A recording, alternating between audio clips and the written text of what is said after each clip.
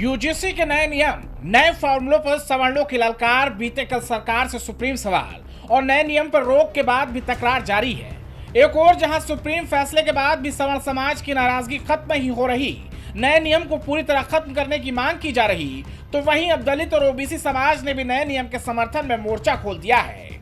Delhi university से प्रयागराज विश्वविद्यालय तक जय भीम का नारा गूंज रहा है।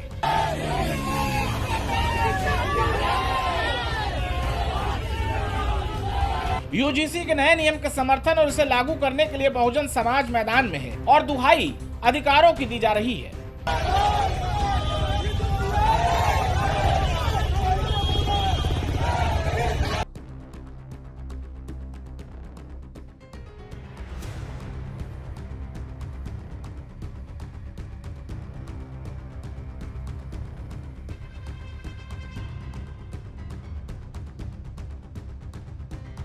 नीले झंडे तले विरोध की आग बढ़ रही है। आवाज हक और अधिकारों की तब उठाई जा रही है जब यूपी में दलितों की मसीहा माने जाने वाली बसपा सुप्रीमो मायावती भी सुप्रीम कोर्ट के फैसले का स्वागत कर रही हैं।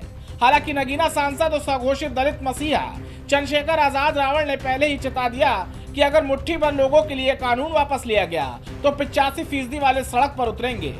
बड़ी चर्चा हो रही है, बड़ा विरोध हो रहा है और मैं आपको स्पष्ट कहना चाहता हूं, वही विरोध कर रहा है जो जाति के आधार पर एससी एसटी ओबीसी के बच्चों का शोषण करने का काम करता है, उनको अपमानित करने का काम करता है। इससे किसी को दिक्कत नहीं है सिवाय द्रोणाचार्य के जो एकलव्य का अंगूठा काटना चाहता है।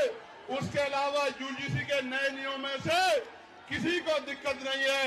और मैं सरकार को कहना चाहता हूं, चंद मुट्ठी भर लोगों की वजह से अगर यूजीसी पे फैसला वापस हुआ तो हम 85% बहुजन समाज के लोग सड़कों पे उतर के सरकार को बताने का काम करेंगे कि हमारे बच्चों पे जो जितना जो है बड़ी बड़ी यूनिवर्सिटियों में सुसाइड और तमाम तरह के अटेम्प्ट हो रहे हैं, इस अपमान को, इस दर्द को हम लोग भूलने वाले नहीं है। चेतावनी भी मैं सरकार को देना चाहता हूँ। वहीं बीजेपी के कोर वोटर माने जाने वाले सवर्ण समाज भी मानने को तैयार नहीं है।